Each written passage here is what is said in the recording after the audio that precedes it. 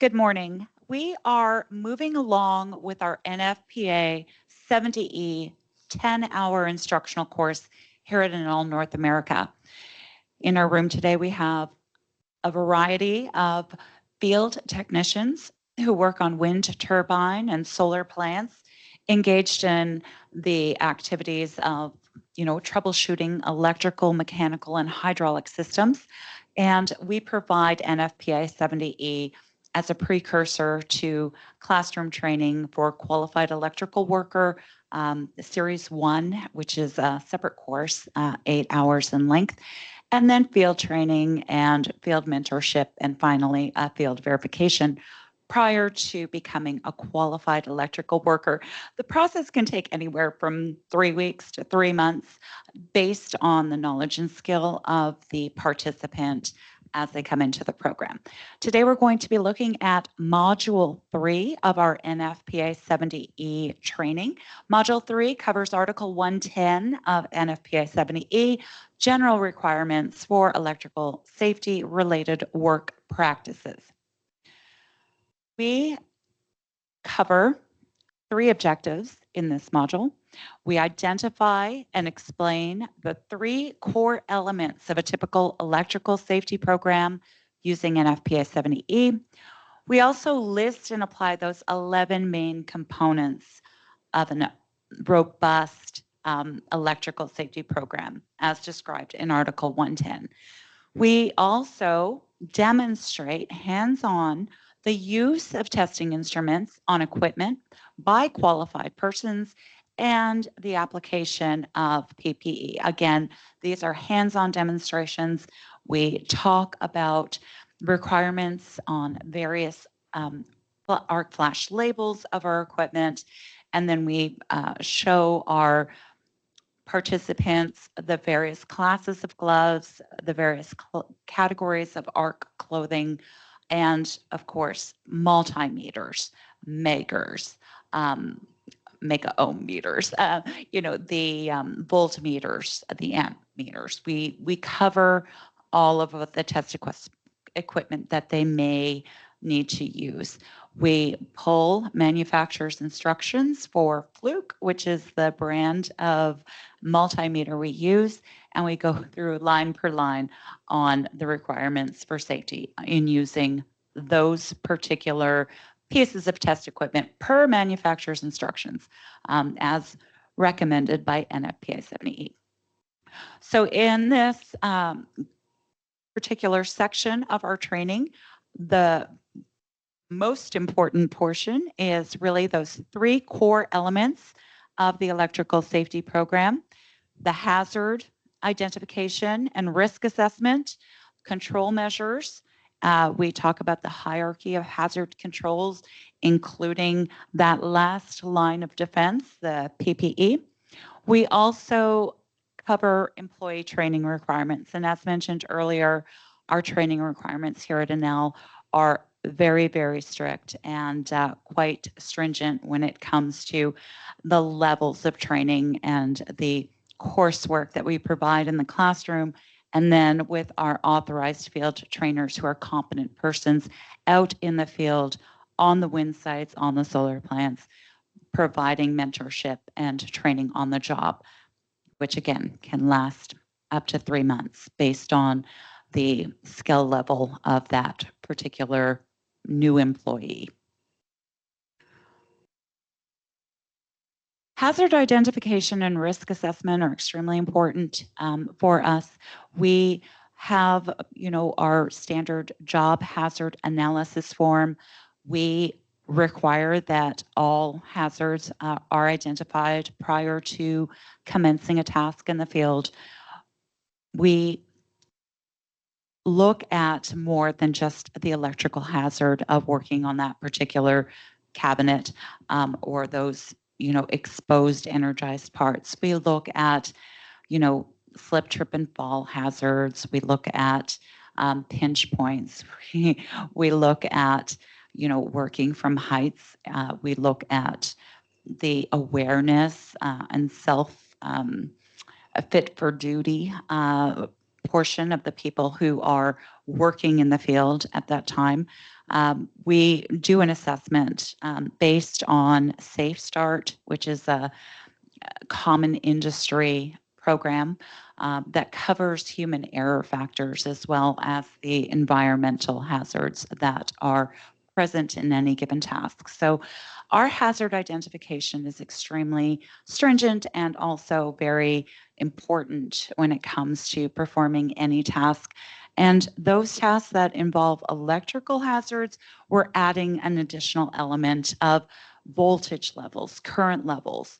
We are requiring that all of the information on hazard labels are present, are current, have been inspected within the past 5 years, and prior to commencing the job, we actually are writing down limits approach. We're talking about arc flash boundaries and PPE as required per label. If that label doesn't happen to be on that piece of equipment, we have a standby team of electrical engineers. They're called technical specialists. They will be available 24/7 by phone.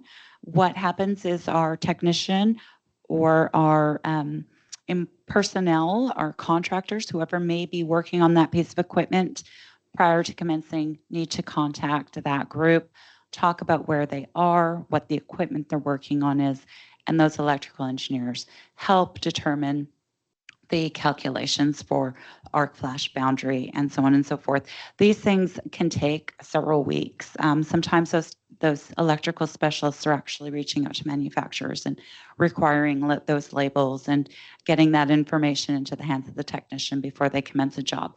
Here at NL, nothing is so time sensitive that we can't pause for safety. So that is a big, big part of our hazard assessment when it comes to working on electrical equipment. We're also looking at other energized pieces of equipment within the vicinity. We're looking at exposed live parts above us, below us, cabinets beside us, making sure everything has been isolated and secured with lockout tagout program that is another require authorized training program here at NL in and of itself. So we do quite a bit to ensure the safety of each person working on electrical per NFPA 70E guidelines and those standards incorporated by reference through OSHA. So again, shock hazards, assessing severity of the risk, and implementing all necessary mitigation to control the hazards based on the hierarchy of hazard control. We talk about how these procedures are documented and how there are hundreds of ways to perform adequate risk assessments. However, they each need to contain the identification of the hazards, the estimation of the likelihood of occurrence, how severe that potential injury may be, and what protective measures are required. We cover these all on our written documented job hazard analysis forms. Section 110.1H, 134, 135 require risk assessments to be conducted before the employee begins the task. The person conducting the assessment has many, many considerations, of course. Those competent people need to be aware of the risk. They need to be qualified by authorized trainers, by people who have evaluated their competency in the field with hands-on exercises. There is a very, very pronounced verification program for becoming a competent person. They are trained, they are knowledgeable of the task, they are very familiar with the equipment, they understand how to determine the operating condition of that equipment, when it was last inspected, whether it is operating under normal operating conditions, whether there are any types of problems in that equipment that may create a greater hazard prior to performing that task. They also look at the potential for human error. We use Safe Start here at NL. We look at those human risk factors, fatigue, complacency, all of the things that go into performing an assessment for the person on your team, because sometimes your safety is very, very dependent on what those coworkers and those teammates are doing, thinking, and the way they are acting. So we have that potential for human error assessment prior to the job as well. And we make sure that the competent person is very knowledgeable in the proper installation and the proper operating of that equipment prior to starting and upon completing these risks assessments. Again, they are qualified and competent persons, and they're usually managing a team as a mentor where people are at varying levels of training and experience within that group.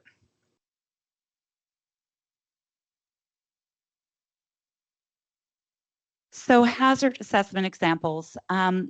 Let's throw this out to the class, a couple of questions. Let's see where we are. A shock hazard typically exists if there is how many volts or more? NFPA 70E has a magic number, that number that all of these guidelines go into effect, and that is at what? Throwing it out to the class, getting feedback and discussion, and that is how we train this program.